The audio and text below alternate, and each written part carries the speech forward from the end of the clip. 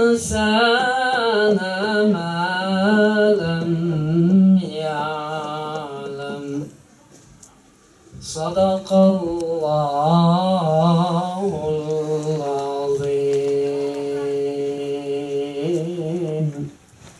السلام عليكم ورحمة الله وبركاته.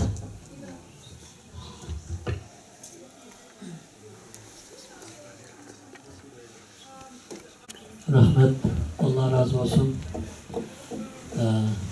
Allah'ın ki kelamını anladık. Cenab-ı Allah Subhanahu ve Teala bizlere şu Kur'an-ı Kerim'le anladan muhtaç hakikaten emrini bilen yaşayan nasip olsun. Bu dünyada Kur'an bilen yaşap, Kur'an bilen ketkin nasip olsun elimizde. Tövende qarindoshlarning hammamizdan xabarimiz bo'lishi mumkin. Bu ayning 12-si dunyoda inson haqlari kunlari deb atalgan kun. İnsan haqlari deb dunyo BDT'dan rasmiy e'lon qilingan bir kun. Dunyoda bizga o'xshash mazlum millatlar o'zining huquqini talab qilish uchun nurg'un har xil faoliyatlarni qilgan kun.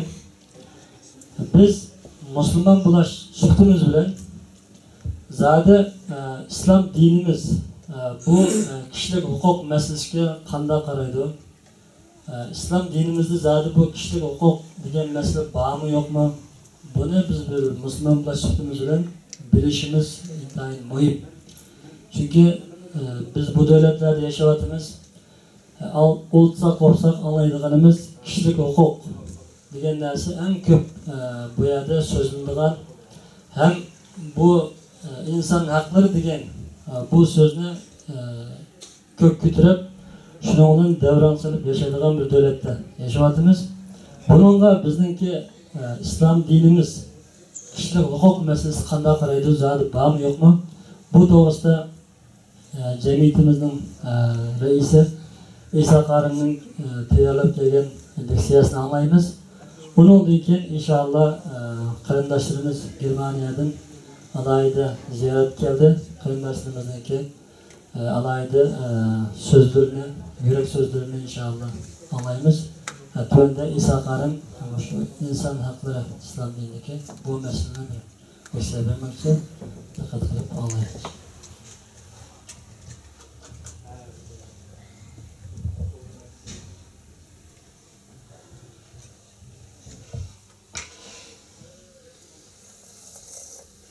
Elhamdülillahi Rabbil alemin. Vessalatu vesselamu ala Resulina Muhammedin ve ala alihi ve sahbihi ecma'in. Hürmetli qarindoshlar, hammalar gününü nasibimiz hatırlatmaymiz. Ama bizim Avrupa'da yaşayotganligimiz hem özümüzningki aziz vatanimizninki vatanimizning ishg'ol ostida bo'lganligi bu to'g'ridagi ma'lumotni bilishga bizni undaydi. Ham bu ma'lumotni bilib qo'ysak biz uchun albatta foydasi bor deb qarayman. Endi biz g'arb kelib yashagandan keyin g'arbning nazariyasidagi inson haqlarini ko'rdik, angladik. Hem onunki ameliy tatbiqotlarini nurg'un davlatlarda ko'rgan bo'ldik. Xo'sh. Endi biz musulmonlar muqaddas dinimiz islom dinini har zamonga, har makonga mos keladigan har qanday qiyinchilikqa duch kelsa, uningga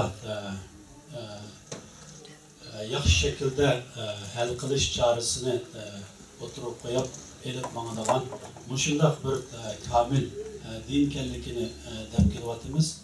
Zodi islom dinidan inson haqlari degan narsa bormi yo'qmi degan mavzuga keladigan bo'lsak, inson haqlari albatta islom dinida bor.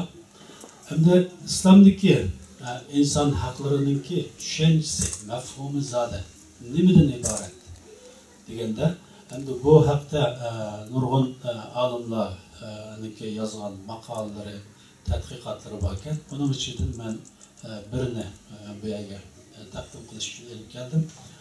Buningda deyishda islomdagi inson haqlari deganninki mafhumi tövendikidek debdir.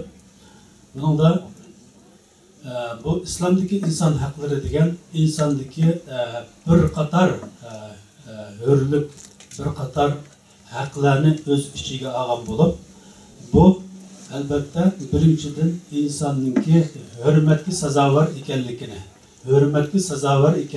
bir izzatga, hurmatga sazovor maxluq ekanligini asos qilib turib, bu haqniki shu inson tug'ilgandan boshlab shu insonda bo'ladiganligini, bu haqni hech qanday bir insonninki tatib elish haqqining bo'lmaydiganligini, ham bu haqniki 14 asrdan beri islom dinida davomlashib kelayotganligini buni bayon qilibdi. İslamdagi inson haqlari deganimizning ichiga nurg'un haqlar kirgan bo'lib, buni muallif bu yerda 3 cho'ng qismga bo'libdi. Bu 3 cho'ng qismninki birinchisi madaniy va siyosiy haq-huquq. İkincisi iqtisodiy ve ictimai hak-hukuk. Üçüncüsü muhit ve medeniyet, yani bilim geliş hak-hukuku. Üç çoğun kısımda bölüptür. Biz hem de bununla kirişten ilgili Hazreti Ömer radıyallahu anh'unki bir meşhur sözü var. Bu sözünü hemimiz ortak bir mülahize kılıp gördüğün olsak, zaten insan haklarındaki İslam'da kaysi zamandan başlap bağlakını tekrar uçuk göre olalıyız. Hazreti Ömer radıyallahu anh'unki mundak bir sözü var. Meta ista'bettumun nasa ve kad veledethum ummahatuhum ahrara. Bu sözünki mensi sizler bu insanların kaçan kul kılıp aldığınlar, bu insanların anısı hür tuğulgan bolsun mu, hür tuğulgan turup sizler bularını kaçan kul kılıp aldığınlar. Bu bir sualını soragan. Bu sualını kimden soragan ise arkadaşlar, Hazreti Ömer radıyallahu anh'unki halifelik zamanısında hazırki Mısır zeminin halifesi Amr ibn al-As diye şahsiydi. Bu sahabe Mısır'ın valisi buluş jarayonida şu Mısır'ın yerlik milleti olan Kıbtilardan birisinin balası olan Amr ibn al-As'nınki balası yugurish musabaqasiga tushdi. Bu yugurish musabaqasida o Kıbtining balası Amr ibn al-As'nınki balasidan o'tib ketib qoldi. O'tib ketib qolgandan keyin bu yerda Amr ibn al-As'nınki o'g'li buni ko'tarolmaydi. Ko'tarolmay natijada bu balani urib soldi.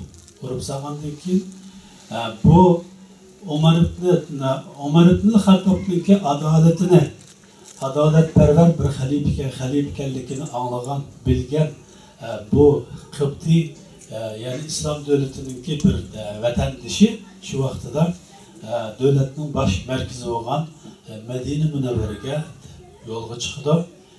O'zining arzini bayon qilish uchun Medine Münevvere'ge keldi. Medine Münevvere'ge kelgandan keyin bu voqea Hazreti Ömer radıyallahu anhu'ga yetkazildi. Shuning bilan Hazreti Ömer radıyallahu anhu o'zining Misrga qo'ygan valisini balasi bilan qo'shib turib Medine'ga chaqirtib, bu yerda bu savolni qo'ydi yana. Bu savolni qo'yib yana shunda deydiki, "Avo Qibtiga anaqa tayoq yuguchi bo'lgan balaga deydiki, mening oldimda mushu hurmatga sazovor bo'lgan valining balasini o'g'il deydi." Ya'ni bu yerda bir davlat nüfusu bo'lgan eng tuvan darajadagi hatto bu musulmon bo'lmagan bir insonning haq-huquqini xilofat davlatida shu davlatning ma'lum bir rayoniga vali bo'lgan shaxs bilan o'xshash darajada qo'yib, bu yerda davlat xalifasi, davlatning raisi bu insonning haq-huquqini qo'g'daydi. Bu biz sizga davatgan bu bir nima da o'tkinchi bir hikoya emas. Bu amaliy musulmonlarning hayotida yuz bergan hodisalardan birisi. Hem biz bundan ko'rib olamizki, islom dinida zaten haq-huquq masalasi, inson haqlari masalasi, Qur'oni Karim qachon Payg'ambar alayhisolatu vassalomga vahiy qilib tushirilgan bo'lsa, shu vaqtdan tortib Qur'oni Karimda, islomda inson haqlaridan iborat bu mafhumning borligini biz bundan ko'rib olamiz. Ham Qur'oni Karimda mashhur oyatlardan birisida وَلَقَدْ كَرَّمْنَا بَنِي آدَمَ وَحَمَلْنَاهُمْ فِي الْبَرِّ وَالْبَحْرِ degan oyat var. Mana bu oyatda biz inson o'g'lini biz hurmatladik. Deydi. Hurmatlaganligimizdan biz bu inson o'g'lini mayli o quruqlikda bo'lsin, mayli suvda bo'lsin, dengizda bo'lsin, biz uni turli vositalar bilan ko'tardik. Onunki aqlini ish qilib, uni ko'tarib mangadigan narsalarni biz vujudga chiqarib berdik deydi.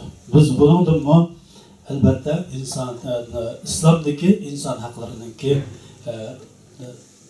boshlanlar shu Qur'oni Karim islom vahiy qilingan kundan boshlab bu inson haqlariniki yo'lga qo'yilganligini ko'rib olamiz qarindoshlar. Bundan keyin biz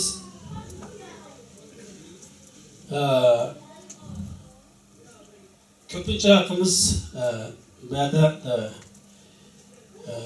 siyosiy tarafdagi islomninki haq-huquqini asarroq tushunamiz. Men buni boshda deyishga majburman.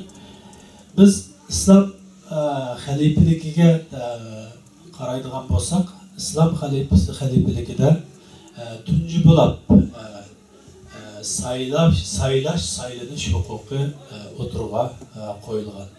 Ham shuning bilan birga Qur'oni Karimdagi va amruhum shura baynahum degan oyatmi dal shuni ifodalaydigan oyatlardan birisi, ya'ni haqiqiy turdagi musulmonlarning sifatlaridan birisi. Ular arada bir ish bo'lib qolsa, bu ishni maslahat bilan hal qiladi deydi. Endi biz hozirgi zamonimizdagi demokratiyaga qaraydigan bo'lsakmi, bu maslahatninki bir shakli. Biz bu yerda yana bir narsani ayirib o'tmasak bo'lmaydi, farqlantirmasak bo'lmaydi. Albatta islom dinidagi shura, maslahat, kengash nizomini hozirgi zamonimizdagi 21. asrdagi saylanish nizomiga o'xshatsak, bu yerda islom dinimizningki bir nazariyasini yoki islom dinimizni kichik tushunganlik bo'lib qolamiz. To'g'ri, albatta zamonimizdagi saylanish bilan islom dinidagi shuroniki ba'zi taraflarda o'xshashligi bo'lsa-mu, yanidan islom dinidagi shura, saylanish, maslahat, kengash bu o'zgacha xususiyatga ega bir siyosiy nizam. Bundan keyin bu haq-huquqlardan birisi hayotlik haqqi deydi. İnsanın hayat yaşaş haqqi. Endi bu hayat yaşaş haqqini İslam dini qaysi şekilde yo'lga qo'ydi deganda, İslam dini en mükemmel şekilde bu insanın yaşaş haqqini yo'lga qo'yarlik. Biz bunun mükemmel bo'lganligini nimadan ko'rib olamiz deganda, bir insonni o'ltirib olsa, qisas elish degan bir ish bor islom dinida. Qisas elish qonuni bor. Bundan keyin Qur'oni Karimda وَلَكُمْ فِي الْقِسَاسِ حَيَاتٌ يَا أُولِي الْأَلْبَابِ degan ayet mi bu yukarıda degan sözümüzni delilleydi. Yani senin için hayatlıkta kısas iliş farz kılındı, iyi akıl egilleri degan ma'noni bildirdi ayet. Hatta İslam dininde bu can özemnin go, bu ten özemnin go deb yüzünü öldürüveriş mi haram kılınganlıkını hemimiz bilimiz.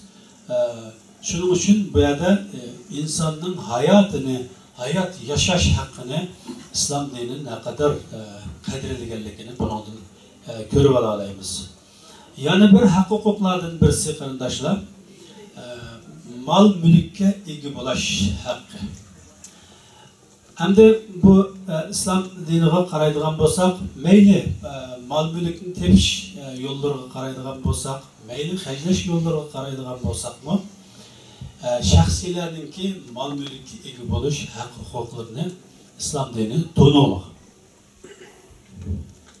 Ama biz başka nizamlara karaydıgan bolsak, bu hak hukuk mesela mal mülki egi buluş hakkınınki tonuluşu ma'lum asrlarda, ma'lum tecrübelerden ötkendan keyin tonulganligini biz görüp alayız. Bu doğruda mesela Peygamber Aleyhissalatu vesselam'ınki kullul muslimi alel muslimi haramun demuhu ve maluhu ve irzuhu. Mana bu hadiste Peygamber Aleyhissalatu vesselam her kandak Müslümanın yani bir Müslümanğa onunki kendini tökeş, onun mal mülkini ele veriş, onun abroyunu tökeş, abroyga kiri veriş, onunla arlışı veriş, bu haram kılın dedi. Bu hadisin teksti de haram degen söz bayan kılınıqlıq. Yani haram degen sözünü Müslüman elbette aşı haram degen söz çıkkandan başlaplam onun ma'nisini derhal tasavvur kılıp bilaleydi hem onu emilleştirişke tirişidi. Mana bununla biz görüp alayımız ki zaten Müslümanınki kendi melek abruyu İslam dininde onu qoğdaş, onu hürmetleş, bu Müslümanlığın talep kılıngan, bu İslam'daki insan haklarının cümlesidir degan malumatni bu hadisten biz görüp alayımız. Yana İslam'daki hak hukuklardan birisi ta'lim terbiye hak hukuku deyler. Bunu muallim bu yerde sözlepti. Ta'lim terbiye hak hukuku kelsak, Kur'an-ı Kerim'deki birinci sureninki İqra bismi rabbikellezi halaq deb tushunib yüzü bütün insaniyetga musulmonlarga emas ügünüşki tegishlik derslerden birisi qarindoshlar. Onundan keyin Peygamber Aleyhissalatu vesselam'ın hadislerinden birisi de ilim ügünüşünki musulmonga farz qilinganligini bayon qilganligini bunu bilamiz. Bu sahih hadis. Bunundan biz ta'lim terbiye hak hukukununki İslam'da qo'llanganligini ko'rib olaymiz. Xo'sh. Endi biz bu yerda İslam'daki hak hukuklarninki hammani bu qisqagan daqiqalar ichida aqasinglarga sunamadik. Lekin bu yerda muhimlarini o'tirib qo'ygan bo'ldik. Xo'sh, bu İslami hak hukuk, İslam'daki insan hakları degan bu hukumun zaten bu garip nemisinden garip insan hakları temisinden farkı nime? Bunun alayındaki nime ise alayındaki dövendeki. Birinciden bu insan haklarından ibaret bu mefhumdun ki en burun bizim dinimizde oturup koyulmadı. Bu bir alayındık. Bunu hiç kim inkar kılamaydı. Onundan ki bu insan haklarını İslam'ınki hak hukuk dairesinden emas, belki bunun farzlik derecesi kötegenligi. Yani arkanda Müslümanğa farz ve sünnetin farkı nime dese, farz degen kılması günahkar bulduğun emel deb bunu derhal bildi. Sünnet degen nime dese, bunu kılması günahkar bulmaydıgan emel deb bunu bildi. Ama insan haklarından ibaret, İslam'daki insan haklarından ibaret bu hukuk Allah'ın dininde, Kur'an-ı Kerim'de farz kılınan hukuklardan birisi. Yani bu kandaktır ma'lum devletninki asas kanununda belgilengenligi üçünden bu amel kılınadigan emas, şu Müslümanınki imanı bilen bu tutuşup ketken bir mesele. Bu yana bir alaylık. Endi hoş bu g'arb mefhumidagi inson haqlariniki e'lon qilinish tarixiga keladigan bo'lsak 1787 yili Amerikaning asos qonuniga 1791 yili Fransiyaningki asos qonuniga uningdan keyin 1948 yil BDT'ninki insan hakları bayannamasiga kirgizilgan ekan. İnsan haklarından ibaret bu haklarni g'arb dunyosini to'nigan vaqti mana shu vaqtlar. Ammo musulmonlar uchun buni 14 asr ilgari to'naqliq. Ham ba'zi qarindoshlar deyishimiz mumkin, biz shu asrda yashayotgan bo'lg'achqa siz deyotgan bu inson haqlari nada, musulmonlarning hozirgi yashayotgan hol nada? Hem biz Müslümanlarınki de yaşayotgan hali hakikaten içinçlik bir hal. Ama onun ma'nosi bizim dinimizde bu insan haklarından ibaret bu hukukun yokluğunu bizge bildirmeydi. İnsan hakları asli batı. Biz şu dinimizde to'g'ri tushuncha bilan to'g'ri amallashtirib mangan bo'lsak edik, biz dünya ve ahirette mücadılıkka yetken bo'ladi qarindoshlar. Bundan keyin zade bu yerda inson haqlari, İslamdagi inson haqlarininki asosiy maqsadi, bu yerda xususiyatlarini bildik. Endi maqsadi nima deganda, maqsadi bu yerda insonning hurmatga sazovor ekanligini buni bildirish, bunu muhafazat qilish, bunu saqlab qilish, Allah'a ibadet qilishdan ibaret bu büyük bir narsani amillashtirish, bunu haqiqatlashtirish. Şu orqali insoniyat arasida, musulmonlar arasida, bütün insoniyat arasida qarindoshlik o'rnatishdan ibaret. Bu İslamdagi inson haqlari buni maqsad qiladi. Ama biz zamanımızdaki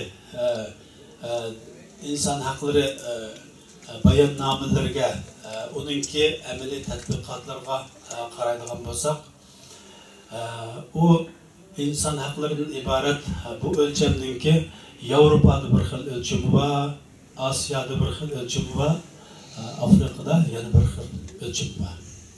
Bunun tipik misallarını qarindoshlar, mesela zamanımızdaki hazır saatlerde bo'layotgan Ukrayna meselesiga qarayli, bununla g'arb o'zininki har vositalarini ish qilsa, bununla aralashtirishyotilar.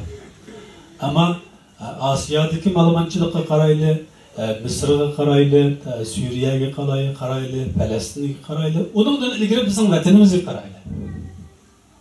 Ama mush o'lchamning shu Yevropada oturup koyulgan, Avrupa'da ölçem kılıngan ölçem, şu bizim devletimizde, Asya devletlerde ölçem oldu mu? Ama ölçem olmadı. Bu eminim. Onun yanı bir tipik misali, Avrupa'da Bosna ve Hersek'ten ibaret bir Müslüman devleti asli berpa olmakçı idi. Bu da nahit vahşilikler için kırgın kılındı. Tamam, onun ilgi çıkan şekilde bazı hareketler boğan oldu. Ama neticede o qarindoshlarimiz hiçbir yüzünki davasına, müstakilliğine erişemedi. Ve halen ki şu vaktin özüde Asya'daki bir devlet, Indonezya'nın bir parçası olan Şark Timur'a qaraydigan bo'lsak, Şark Timur'da şu Şark Timur'ninki dini cihetten Indonezya bilan o'xshashligi bo'lmaganlik cihetten derhal aralashtı devlet necha yil ichida mustaqil davlat bo'lib barpo qilindi. Hamda yana gapni xulosa qilib aytadigan bo'lsak, islom dinidagi inson haqlari qo'sh o'lcham bilan o'lchanadigan o'lcham emas. Bu butun insoniyatga o'xshash o'lchanadigan Osiyoda bo'lsin, Yevropada bo'lsin, Afrikada bo'lsin, hammaga o'xshash bir shaklda tatbiq qilinadigan bir mafhum. Ammo zamonimizdagi inson haqlari juz'iy shaklda uning ichidan o'ziga manfaatli yerlarni olgan shaklda boshqa davlatga besim ishlatadigan kuzurga aylandi. Uningki ilmiy mafhum bo'lganidan sirt. Bu to'g'rida muallif şu İslam'daki insan haklarınınki ommabop ma'nosini bayon qilgan bir oyatni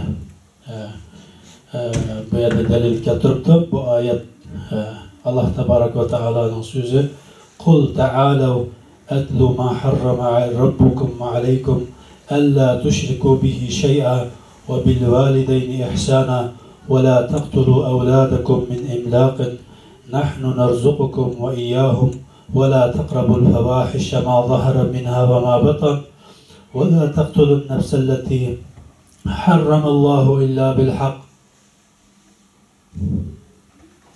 ذلكم وصاكم به لعلكم تعقلون ولا تقربوا مال اليتيم إلا بالتي هي أحسن حتى يبلغ أشده وأوفوا الكيل والميزان بالقسط لا نكلف نفسا إلا وسعها وإذا قلتم فاعدلوا ولو كان ذا قربى وبعهد الله أوفوا ذلكم وصاكم به لعلكم تذكرون. Sure En'am'ın 151 ve 152. ayetleri. Hem de bu ayetinki kısaca tercümesini kesek. İyi Peygamber sizler kinanla Allah'ın sizlerinin Rabbinle sizlerge haram qilgan narsani men sizlarga bayon qilib beray.